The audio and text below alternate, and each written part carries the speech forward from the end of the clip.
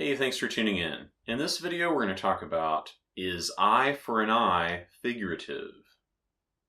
One opinion regarding the issue of eye for an eye, tooth for a tooth, etc., is that it actually is just a figurative sense, that we're not talking about destroying an eye for the sake of an eye or destroying a tooth for the sake of a tooth that was destroyed. And the opinion is that this is actually just an issue of substituting something else of what is deemed equivalent value. And there actually is a passage that is referenced to justify this. Let's look at Exodus 21:23 through 27. And if tragedy shall be, you shall give vitality under vitality, eye under eye, tooth under tooth, hand under hand, foot under foot, scorching under scorching, wound under wound, welt under welt. And that man shall cause to smite eye of his servant, or eye of his maidservant, and he shall ruin her. He shall send him to emancipation under his eye. And if tooth of his servant, or tooth of his maidservant, he shall cause to fall, he shall send him to emancipation under his tooth. As you can see, this passage does reference the issue of eye under eye, or eye for an eye, tooth for a tooth, etc. And it also refers to something being used to replace those things.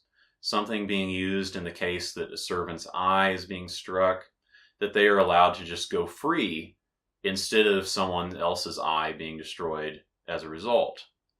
And also the same case for the tooth, that they're being allowed to go free because of the tooth. So it is actually textually based in some ways to assert this, to assert that it's actually just a figurative term, that it's not referring to going and doing unto the other what was done to them. However, this is just one passage in the law. We need to be careful that we are checking other relevant passages rather than just jumping to conclusions based upon a single passage. So we need to look at Leviticus 24:19 through 20 as well.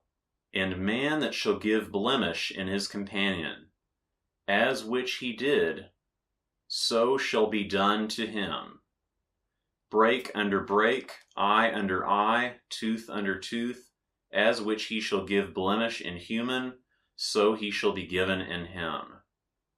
And also let's look at Deuteronomy 19:18 through 21. And the ones judging shall inquire, causing to be good. And behold, testimony of falsehood. The testimony of falsehood answered in his brother. And you shall do to him as which he planned to do to his brother. And you shall burn the evil from near you. And the ones being remained shall listen, and they feared, and they shall not cause to add to do further, as word, the evil, the this, in near you. And your eye shall not regard, vitality in vitality, eye in eye, tooth in tooth, hand in hand, foot in foot. While it is true that Exodus 21 provides substitutes for an eye and for a tooth in specific cases, we can see that elsewhere in the law that this is being applied literally. That eye for an eye, it very explicitly says that that which was done to the person, so is going to be done to the one that did that. So that is actually applied in the literal sense, and these exceptions in Exodus 21 are just that. They are exceptions, they are substitutes, but they are exceptions to the general rule, as we can see mentioned in Leviticus and also Deuteronomy.